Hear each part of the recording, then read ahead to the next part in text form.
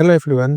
Now our group will present a teaching design for the topic analytical exposition in grade 11 high school students. We use project-based learning as our teaching method because it helps students write and present their opinions clearly and logically, which match with the capaian pembelajaran or learning outcomes. Now let me start by explaining what is analytical exposition and how it connects with the capaian pembelajaran or learning outcomes. Analytical exposition is type of text that is used to express someone's opinion and to convince the reader that the opinion is correct. It uses logical arguments and supporting evidence to make the opinion stronger. The text usually has three main parts. The first part is the thesis, where the writer introduces the topic and states their opinion. The second part is arguments, where the writer provides reason and evidence to support that opinion. And the last part is restatement, which repeats or restate the main point to make the arguments clear and convincing. In grade 11, students are expected to be able to write and present various text types with clear purpose and awareness of the audience. Analytical exposition fits this capaian pembelajaran because it helps students express complex ideas and give logical reasons. It also supports their ability to present opinion clearly in spoken or written forms. Hello everyone, my name is Addien and I'm from Group 2. Okay, now we'll move to the reason why we choose project-based learning and how it supports the CP or capaian pembelajaran. Project-based learning or PjBL or PBL is chosen because it allows students to learn by doing a real project. Instead of only studying text structure or grammar, students are actively involved in exploring a topic that is meaningful to them. So they work together to research information, discuss ideas, and develop arguments. Through this process, students don't just memorize the process to write, so they actually use English to express their thoughts and solve real problems. So they create a final product such as written text, poster, or digital presentation that shows that they have learned. Project-based learning also supports the capaian pembelajaran or CP because it helps students achieve the goal of writing and presenting texts independently. So the CP requires students to communicate their ideas clearly and logically, and project-based learning gives them the opportunity to practice that. So in this method, students can plan, write, revise, and also they can present their ideas while collaborating with others. They also learn to be responsible, creative, and reflective. So, all of which are essential skills to reach the learning outcomes stated in the CPR capaian pembelajaran. Additionally, by learning through projects, students become more engaged, confident, and aware of how English can be used in real-life contexts. Okay, now let's move on to the lesson plans that we have prepared for English subject.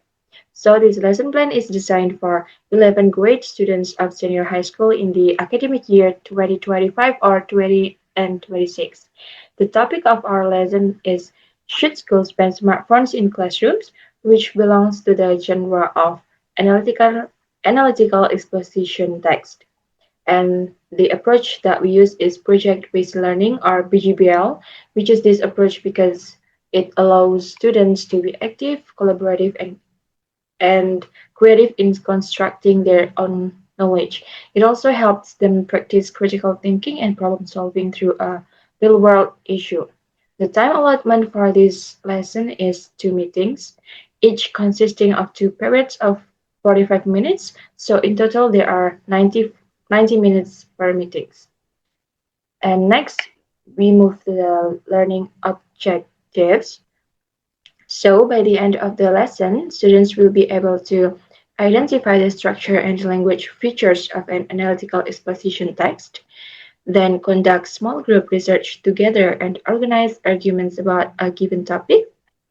Next, write an analytical exposition text with clear thesis, supporting arguments, and reiteration, and present their analytical exposition text effectively using digital media, which with Canva or Google Slides. And the last learning objectives is reflect on their learning process and group collaboration in completing the project. And next is the learning outcomes. In this lesson plan, students are expected to be able to write and present analytical exposition text with clear purpose and awareness of the audience. Then students should achieve the goal of writing and presenting text independently, and students demonstrate understanding of text structure and language features. And the media or technology. In our lesson plan, we use a Padlet, Canva, and Google Slides to support digital collaboration and creativity during the project.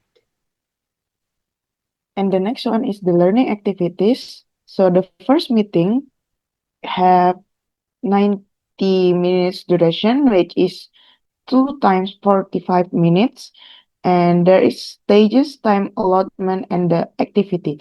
The first stages is introduction, which is BKOV, and the time allotment is 15 minutes. So in the activity, first the teacher introduce PjBL concept is for what PjBL is and how PjBL differs from traditional learning, benefits of PjBL for language learning. And next, the teacher presented the project with the topic, Should schools ban smartphones in classroom?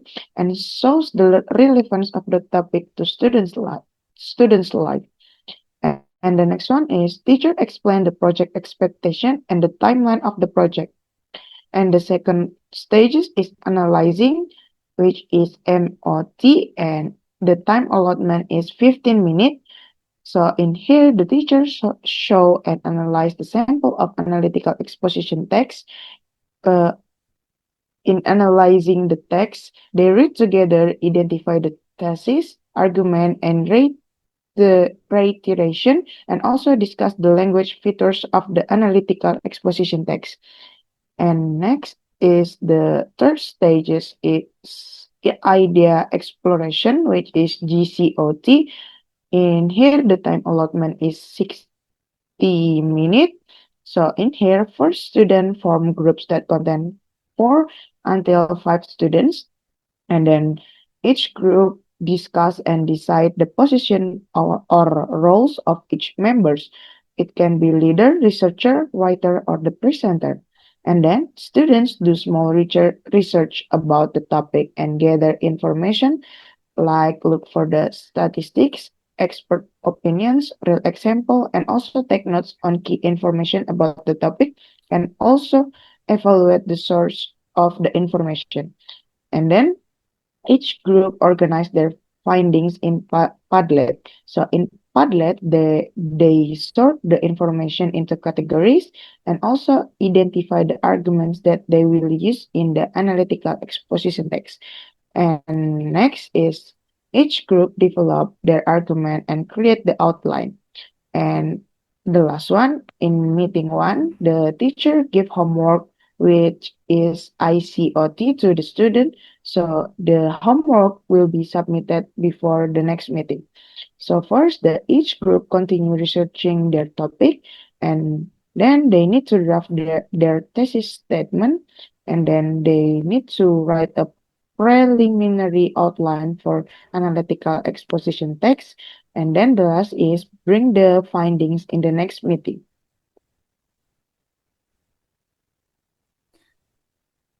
Okay, for the next meeting or meeting 2, the first stages is creating the product or ICOT. The time allotment is 40 minutes.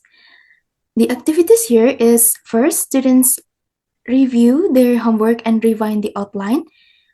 Groups also share additional research findings and finalize arguments and structure. Next, Students write analytical exposition text. It includes an introduction, body paragraphs, and conclusion. Next, students design presentations using Canva or Google Slides. They may include title, thesis arguments, images, and prepare speaker notes. The next stages is presentation. The time allotment is 40 minutes.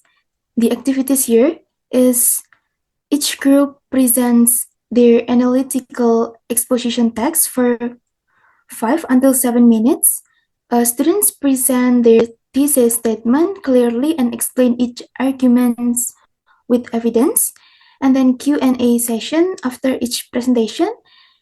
Last, students use a peer evaluation rubric to review classmates' work and evaluate content delivery and visual aids. And then the last stages is reflection. The time allotment is 10 minutes.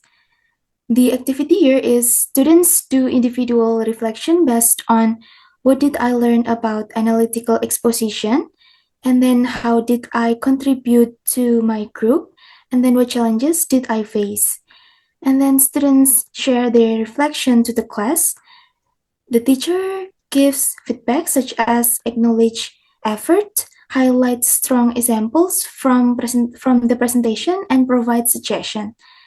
And this is our model text. Should school ban smartphones in classroom? And there are thesis, statement, and then argument 1, argument 2, argument 3, and then reiteration. Connection between PBL and deep learning. PBL is considered a form of deep learning because students do not only memorize texts, but they also learn to think critically, solve problems, and make connection between ideas.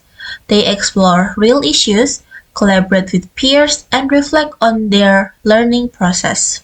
In addition, PBL supports the development of 21st century skills by engaging in real projects because it enhances communication, collaboration, creativity, and also critical thinking skills for each student, which are also the core elements of deep learning.